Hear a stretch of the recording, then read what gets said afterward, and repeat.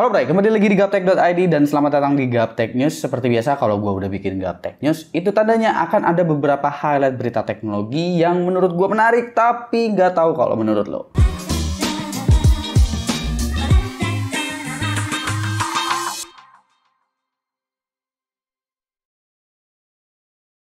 Oke, gue akan coba bikin Gaptek News ini benar-benar konsisten setiap minggunya. Dan alhamdulillah bisa gue bikin. Ya, karena memang upload gue sekarang itu kalau misalkan nggak ada Gaptek News ini, ya palingan cuma seminggu satu. Karena reviewan paling cuma bisa naik seminggu satu sekarang. Karena tesnya lagi pada tes yang panjang-panjang semua. Seperti biasa, highlight pertama itu ya update soal gue dan juga channel ini. Progresnya seperti apa. Jadi masih seperti biasa ya, minimal banget gue bisa kasih 2 konten per minggu ke kalian. Kalau misalkan lagi bener-bener banyak dan ngerjainnya nggak terlalu lama, seminggu 3 itu udah pasti bisa gue kerjain. Karena ini pun kayaknya besok bakalan ada review yang menarik juga nih buat kalian. Dan kita langsung aja ke beritanya. Untuk highlight yang pertama ini di beritanya, ini adalah dari Lenovo yang akan merilis Lenovo Legion Go. Mungkin kalian udah pada tahu ya kalau Lenovo bakalan ngeluarin ini. Tapi ini harganya udah di-spill sama Lenovo dan udah dikonfirmasi. Harganya itu ada di angka 799 euro. Angka yang cukup tinggi untuk sebuah handheld gaming sebagai pesaing ROG Ally saat ini paling enggak ya, untuk dari brand yang memang udah besar. Selebihnya sih memang ada Aya Neo, ada One X Player dan lain sebagainya, itu juga bisa masuk sebagai kompetitornya. Tapi sepertinya di sini Lenovo bikin Legion ya tentu tujuannya untuk ngalahin si ROG Ally. Pembedanya apa sih dari Lenovo Legion Go ini jika kita bandingkan dengan ROG Ally? Yang pertama itu Legion Go punya varian storage up to 1 TB out of the box, jadi nggak perlu di-upgrade lagi. Ada kickstand-nya juga, lalu ada mouse wheel-nya, dan si Legion Go ini gamepad-nya kayak Switch ya, bisa dilepas. Atau bisa juga kita sebut sebagai Joy-Con. Untuk speknya sih ini mirip-mirip seperti ROG Ally, menggunakan AMD Ryzen Z1 series dan sepertinya pakai yang ekstrim juga. Tapi untuk konfigurasi memori LPDDR5-nya agak sedikit berbeda karena si Legion Go ini punya rating frekuensi yang lebih tinggi di 7200 MHz. Kira-kira menurut kalian gimana? Angka 799 euro itu bukan angka yang rendah.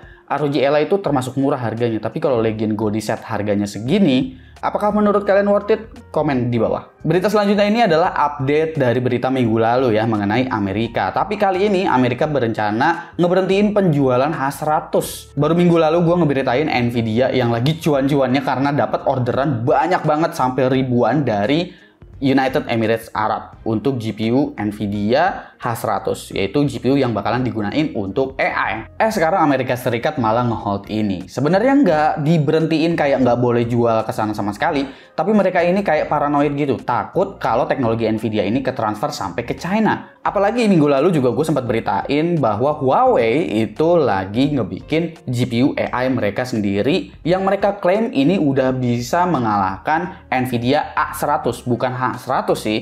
Tapi itu juga udah cukup hebat kalau misalkan mereka berani ngeklaim mereka bisa ngalahin Nvidia A100 untuk LLM seperti kebutuhan untuk ChatGPT. Di sini Presiden Biden ingin nambahin dulu semacam syarat lisensi gitu. Kayak semacam syarat lisensi tambahan semisal mau dijual ke negara timur. Yang singkatnya ini jadi kayak semacam perang dingin antara Amerika Serikat dan China. Dan Saudi Arabia beserta United Emirates Arab itu ya jadi berasa kayak net pingpongnya nih, sementara yang lagi tanding ya Amerika dan juga China. Lalu selanjutnya adalah Intel yang berencana meningkatkan outsourcing mereka dengan TSMC. Intel kelihatannya memang lagi kurang pede dalam produksi mereka, tapi kelihatannya mereka di satu sisi pede juga dengan arsitektur baru mereka nih, dengan Intel 4 mereka yang dimana itu bakal dimasukin juga ke Meteor Lake, bukan Raptor Lake Refresh ya. Tapi produksi dari fab-nya kayaknya si Intel ini nggak memenuhi standar atau mungkin secara kuantitas itu nggak mencukupi sehingga mereka menambah kerjasama atau outsourcing dengan TSMC untuk Intel 4 dan juga Meteor Lake ini. Dan berita selanjutnya ini mengenai RTX 4060 Ti 16GB. Ya ini memang GPU yang udah rilis kemarin-kemarin, tapi berita menariknya adalah harganya itu jadi turun. Infonya sih kemarin gue temuin 450 US dollar turunnya. Tapi kalau gue cek di Amazon, itu dari PNY ada yang jual dengan harga 430 US dollar.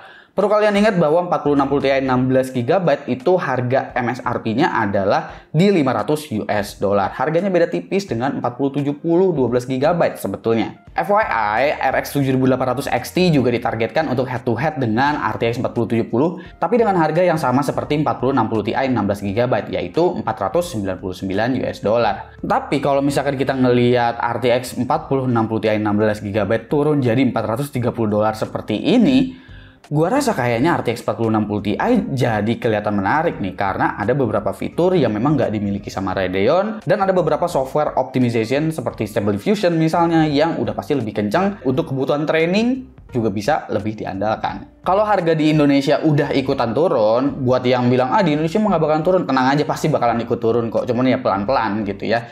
Kalau misalkan di Indonesia harganya ini udah turun, kayaknya baru deh menarik buat gua nge-review si RTX 4060 Ti. Tapi untuk sekarang tentu gue masih agak-agak mager buat nge-review GPU yang satu itu. Tapi kalau soal RX 7800 XT, tenang aja, day one gue bakalan rilis reviewnya, tapi gue nggak bandingin sama 4060 Ti 16GB, melainkan gue bakalan bandinginnya sama 4070, karena datanya yang gue punya itu 4070, dan AMD sendiri yang mengklaim bahwa mereka head-to-headnya itu dengan 4070. Nanti kita bakalan lihat seperti apa. Berita selanjutnya, ini adalah leak atau bocoran dari Ryzen 8000 series, yang katanya itu memiliki codename Strix Point. Agak beda nih ya codename-nya, biasanya AMD Ryzen tuh pakai codename yang Latin-Latin gitu bahasanya, tapi kali ini Strix Point gitu. Infonya Ryzen 8000 EPU ini memiliki konfigurasi arsitektur Zen 5 dengan iGPU RDNA 3,5.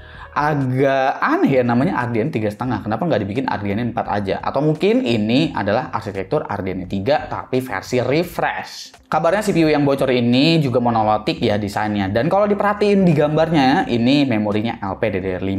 Jadi kemungkinan besar ini bakalan masuk di EPU mobile lagi. Waduh, kalau ini rilis kayaknya handheld gaming di next gen, mungkin tahun depan atau tahun depannya lagi, ini bakalan jadi jauh makin kenceng nih gara-gara ada Ryzen 8000 series. Sekarang aja kayak berasa ROG Ally atau mungkin nanti Legion Go itu kayaknya udah sangat powerful ya. Gua harap sih dengan adanya si Ryzen 8000 series EPU ini semisal masuk handheld, nggak cuma performance yang naik, tapi battery life dan juga efisiensinya bisa ditingkatkan lagi. Dan yang menariknya, kalau kalian perhatiin gambar bocoran yang tadi dari HW Info, itu ada P-Core dan juga ada E-Core-nya. Jadi apakah Zen 5 AMD akan memiliki E-Core juga? Kita lihat aja nanti. Dan kita masuk ke highlight yang terakhir. Ini kita balik lagi ke highlight produk. Ini ada produk dari Colorful yang dimana mereka bakalan rilis untuk versi Meow-nya gitu ya. Jadi ini Meow series untuk kartu grafis mereka di RTX 4060 series. Lalu ada motherboard juga, dan ada kolaborasi juga dengan Segotep untuk Meow series ini. Ini buat pecinta kucing, gua rasa kayaknya bakalan senang untuk ngebikin build yang kayak gini, karena gue juga ngerasanya ini lucu banget nih untuk build kayak gini. Semoga Colorful Indonesia masukin ke Indonesia dan gue bisa rakit seperti itu. Siapa tahu bisa gantiin casing yang di belakang ini. Komen di bawah menurut kalian highlight berita mana yang paling menarik untuk Gaptek News di episode kali ini. Komen di bawah dan kasih pendapat kalian masing-masing. Jangan lupa subscribe, gue Suki, dan seperti biasa sampai jumpa di lain kesempatan.